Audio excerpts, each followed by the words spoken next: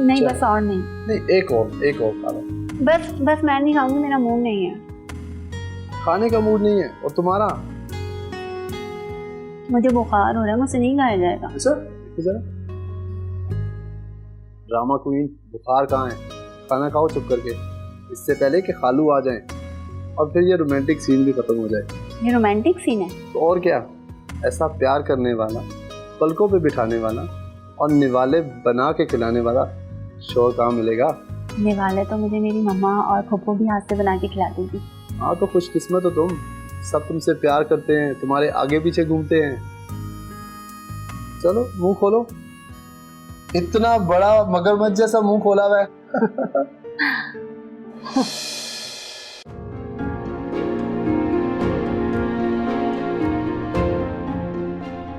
Hello सफान, कहाँ हैं आप? रास्ते में हूँ, क्या प्रॉब्लम है? 3 बज गए, अभी तक घर नहीं आए। मैं कब से जागी हूँ, आपका इंतजार कर रही हूँ। तो किसने कहा जागने के लिए? सो जाती। हेलो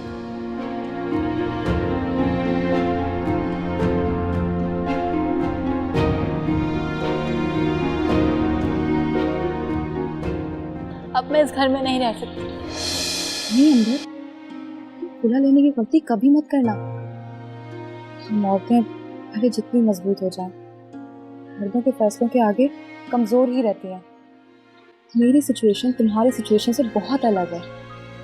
और तुम्हें क्या लगता है, अगर तुम यहाँ से चली गई तो सफ़ान भाई अपना इरादा बदल देंगे? और तुम वैसे भी जाओगी कहाँ? आंटी बीमार रहती हैं, छोटी बहन की शादी सर पर है, और अल्लाह ना करे गुस्से में आकर सफ़ान भाई ने तुम्हें तलाक दे दी तो तुम्हारी माँ पर क्या गुजरेगी? लोग क्या कहेंगे? बड़ी बहन ऐसी है तो छोटी बहन भी ऐसी ही होगी। देखो हमारे माशरे में सिर्फ औरत को हाईलाइट किया जाता है, और फिर जब उन्होंने दूसरी शादी का इरादा कर ही लिया है तो खामोश बैठो और तमाशा देखो और सब्र से काम लो। तुम्हारी अम्मी इतना बड़ा सदमा बर्दाश्त नहीं कर पाएंगी। सना, ये बातें तुम कर रही हो? हाँ मैं कर रही हूँ, क्योंकि मैंने अपने वालिदैन को तकलीफ देकर जो गलती की है वो मैं तुम्हें नहीं करने दूंगी। पता है, मेरे घर से जाने के बाद पापा को हार्ट अटैक हो गया था कि मौत की जिम्मेदार मैं हूँ, इसलिए मैं खुद को कभी माफ़ नहीं करूँगी। ये तो बहुत बुरा हुआ। तुम्हें कैसे पता चला? तुम्हारी पड़ोसन है, वो मिली थी मुझे क्लिनिक में, उनसे पता चला था। और अली? उसकी शादी आप ही से हो गई। देखो अंदर, हमें रिश्ते निभाने पड़ते हैं ना चाहते हुए भी। मुझे देखो, मेरे सर पे हर वक्त खतरे की घंटी बजती रहती है। इस घर में मेरी औकात पता है क्या है? जैसे मैं कोई अछूत हूँ, फिर भी गुजारा कर रही हूँ। करना पड़ता है, जहर के घूंट पीने पड़ते हैं, भले फिर अपनी गलती हो या फिर दूसरों की। मतलब मैं सफान को खुली छूट दे दूँ, ये चाहती हो तुम? मर्द के फैसले आंधियों की मानंद होते हैं, जिसे हम कैद नहीं कर सकते। हाँ, लेकिन उनके थमने का इंतज़ार कर सकते हैं। और वैसे भी अल्लाह की मर्ज़ी के आगे तो कुछ नहीं हो सकता।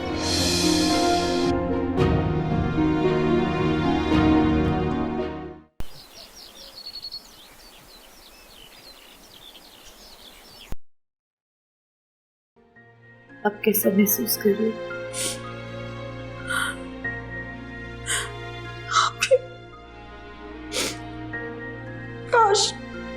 काश मैं भी मर जाती, मैं क्यों जिंदा बच गई।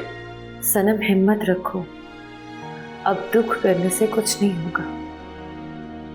जो होना था वो हो गया, और जो खोना था हो गया। अब तो अम्मी भी याद नहीं करती होंगी ना मुझे। तुम पागल हो, औलाद अपने माँ बाप को भूल सकती है, माँ बाप कभी अपनी औलाद को नहीं भूलते।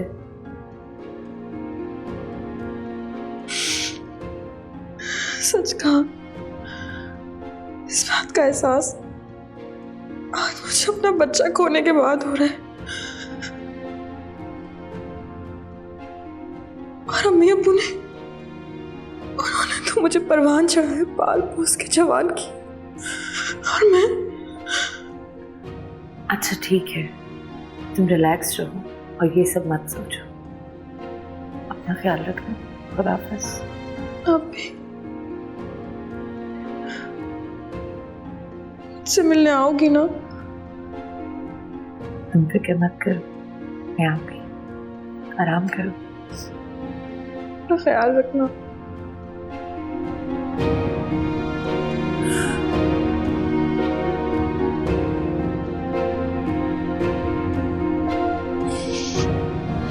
मुझे तो सफान के तेवर भी आजकल बदले बदले रखते हैं। क्या मतलब? आजकल बड़ा तैयार होकर ऑफिस जाने लगे। पहले मैं कहती थी कि टाई लगा ले तो मना कर देते थे, लेकिन अब बाकायदा टाई लगा के पूरी तैयारी के साथ जाते हैं। मुझे तो लगता है ऑफिस में किसी से दिल आ गया है उनका। पागल लड़की, 5 उंगलियां बराबर नहीं होती।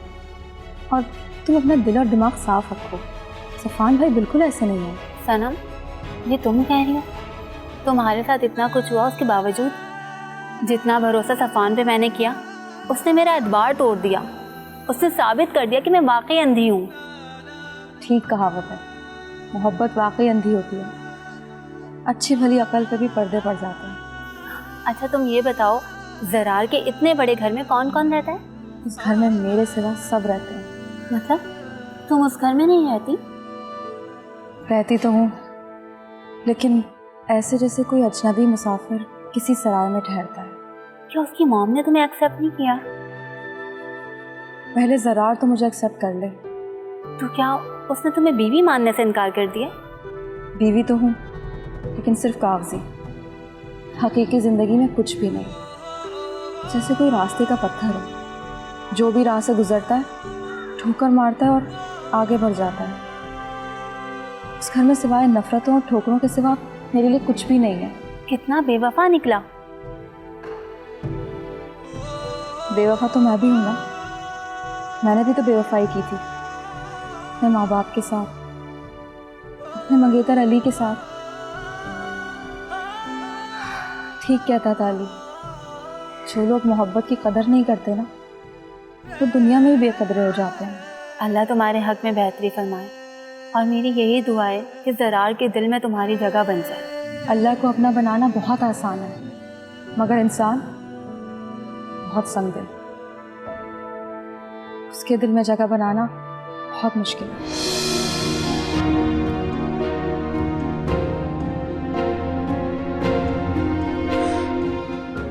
सफान, सनम बेचारी के साथ बहुत बुरा हुआ है।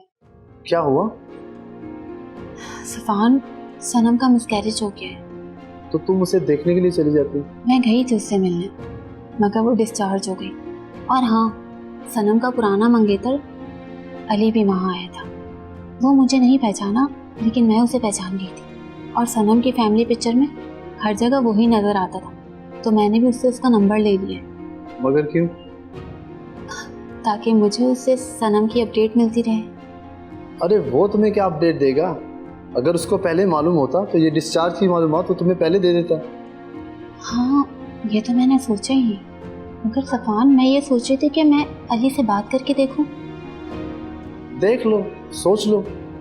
आपको पता है, जरार ने बच्चे की वजह से सनम को घर में रखा था। अब जब बच्चा ही नहीं रहा, तो वो तो सनम को निकाल देगा। मैं तो ये सोच रही हूँ कि सनम अब कहाँ जाएगी। तुम्हें जैसे ठीक लगता है तुम उसी तरह करो, लेकिन एक बात याद रखना, सनम दोबारा इस घर में नहीं आए, वरना मुझसे कोई शिकायत नहीं करना। सही कह रहे हैं आप, लेकिन पता नहीं क्यों मुझे उससे हमदर्दी हो गई है। तुम्हें जो ठीक लगे वो करो, लेकिन ये याद रखना कि हमारे दरमियान कोई दूसरा नहीं आए, वरना कल ये नहीं कहना कि मैंने बेवफाई की। आपको खुद पर भरोसा नहीं है?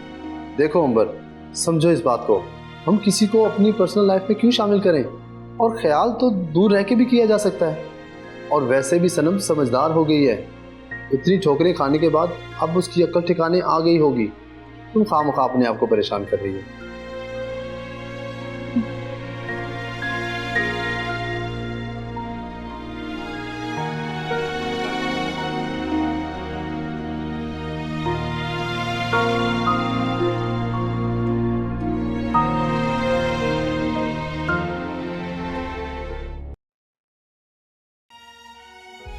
तो क्या सोचा तुमने? किस बारे में? सनम को छोड़ने के बारे में। क्या प्लीज, मैं अभी इस टॉपिक पर कोई बात नहीं करना चाहता। अब नहीं तो कब? ये तो ऑलरेडी डिसाइडेड था ना कि बच्चे के बाद तुम उसको छोड़ दोगे। और तुमने सोचा कि मैं रास्ता साफ कर दूं, है ना? तुम मुझ पे शक कर रहे हो? मुझ पे शक कर रहे हो तुम? तुम ऐसा सोच भी कैसे सकते हो? मैं ऐसा लगता है कि मैं ऐसा करूंगी।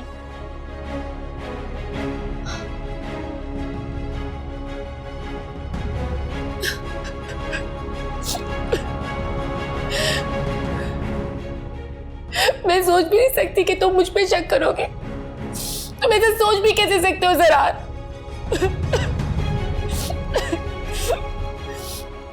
मैं जानती हूँ कि वो मेरी सौतन है, लेकिन है तो इंसान ना।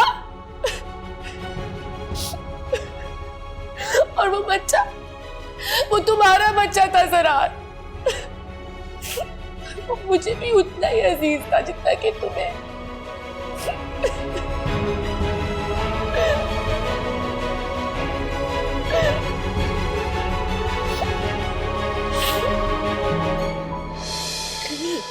Richa, Richa please, I am sorry.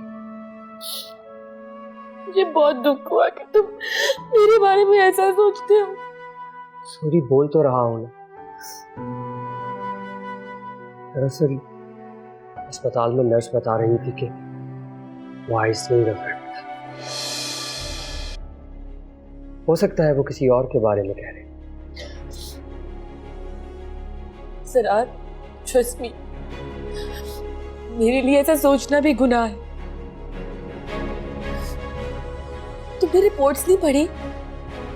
हाँ, मैंने पढ़ी। फिर भी तुम मुझ पे शक कर रहे हो? रिचा प्लीज सुनो, मेरे पास बैठो, मेरी बात सुनो। मैं तो बस यूं ही कह रहा था। तुम रिचा, रिचा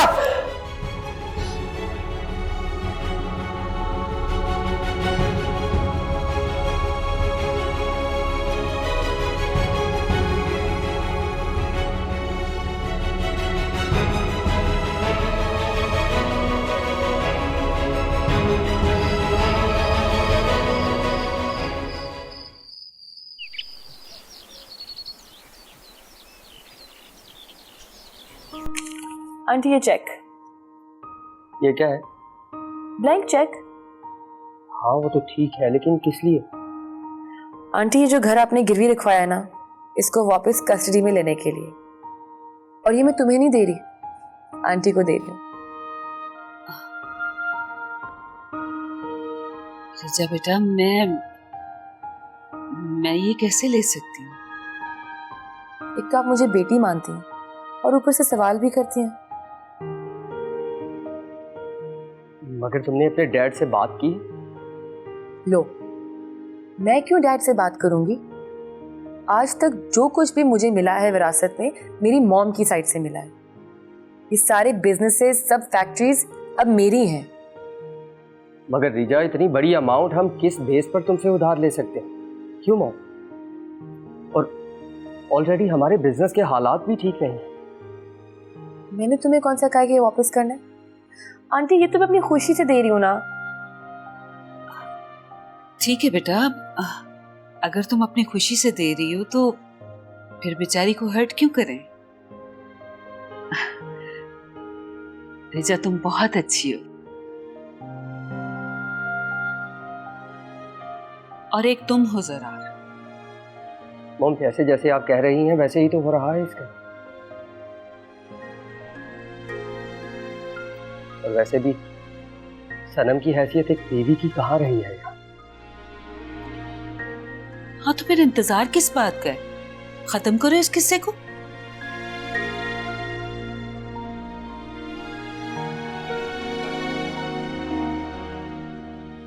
थोड़ा मुनासिब वक्त आने दे, वो भी हो जाए।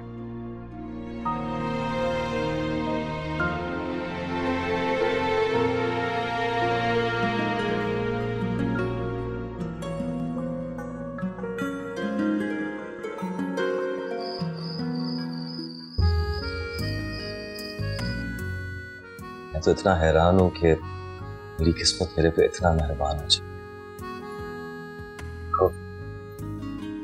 मैंने कभी सोचा भी नहीं था कि मैं इंटरनेशनली अप्लाई करूंगा और मुझे जॉब मिल जाए।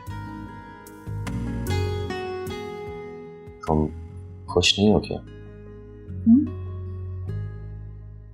मैं खुश हूँ, बहुत खुश हूँ। तुम्हारी खुशी मुझे महसूस क्यों नहीं हो रही? तुम बाहर नहीं जाना चाहती क्या? देखो, अगर हम जाएंगे तो 5 साल के लिए जाएंगे, फिर वापस आ जाएंगे। किस्मत हर एक को ये चांस नहीं देती जो मुझे तुम्हारे नसीब की वजह से मिल रहा है। जितना पैसा मैं पाकिस्तान में रहकर पूरी जिंदगी में कमाऊंगा, वो मैं वहां जाके 5 साल में कमा सकता हूँ। इंशाल्लाह। फिर हमारा बड़ा सा घर होगा, 2-3 गाड़ियां होंगी, बहुत से नौकर होंगे, फिर तुम मैडम बन के उनके ऊपर अपनी हुक्मरानी चलाना। लेकिन जनाब, मुझे सिर्फ आपके दिल पे हुकूमत करनी है, बस। ये सोच रही थी कि सबके बिना कैसे रहूंगी। अम्मी, खाला, खालू और सनम भी। हम इसी का नाम जिंदगी है। हमें फिर भी जीना पड़ता है, कभी अपनों के साथ और कभी अपनों के बगैर।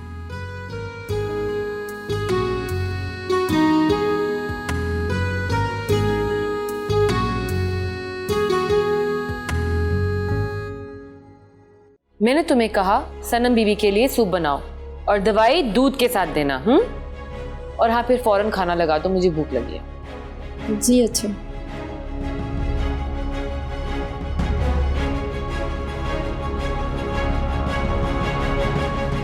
So nice of you, रिजा। तुमने क्या मुझे जल्लाद समझा हुआ है? दूध में क्या मिलाया था उसे? जी दीदी जी, ऐसा कुछ भी नहीं है, कसम ले ले।